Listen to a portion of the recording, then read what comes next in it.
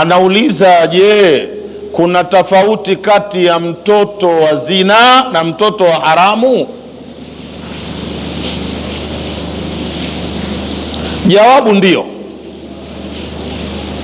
Na kuna wakati anakuwa huyo mtoto wa haramu na huyo mtoto wa zina, na kuna wakati wanakuwa tofauti. Nani mtoto wa zina? Waladu zina huwa alladhi lam yaqa fi abawaihi aqdu nikahi shar'i.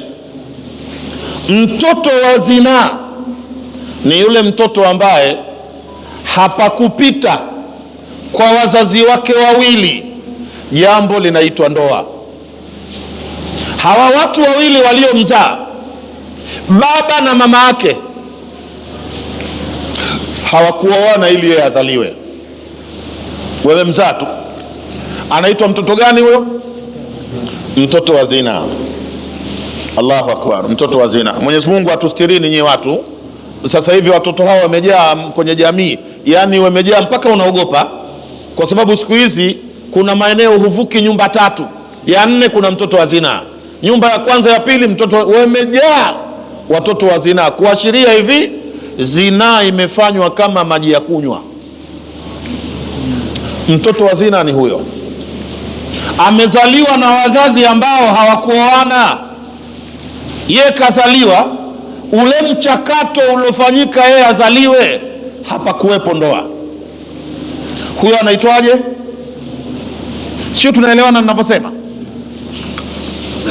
Mtoto wa haram ni nani? Na hapa kuna mtihani sana, Mwenyezi Mungu atuhifadhi sana. Mtoto wa haram ni yule mtoto ambaye baba yake alikula chakula cha haramu. Baba mzazi wa huyo mtoto alikula na kunywa haramu. Kile chakula na vinywaji alivyokunywa ndio vikaenda kutengeneza maji atakayozaliwa huyu mtoto. Bila ya shaka mnafahamu binadamu chanzo chake ni maji.